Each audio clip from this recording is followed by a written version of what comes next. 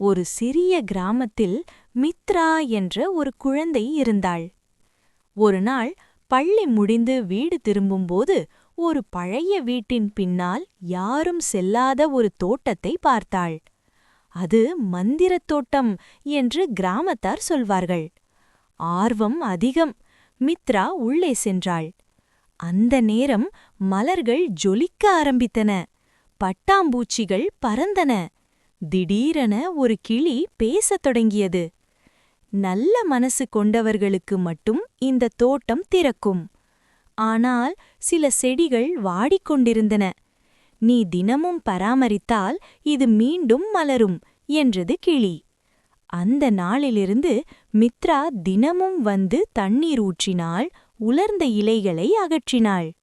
சில நாட்களில் அதிசயம்! முழு தோட்டமும் மீண்டும் மலர்ந்தது. கிராமத்தார் ஆச்சரியப்பட்டார்கள். மித்ரா சிரித்தாள். மந்திரம் ஒன்றுமில்லை, அன்பும் பராமரிப்பும்தான் மந்திரம். நீதி: அன்பு இருந்தால் உலகமே மலரும்.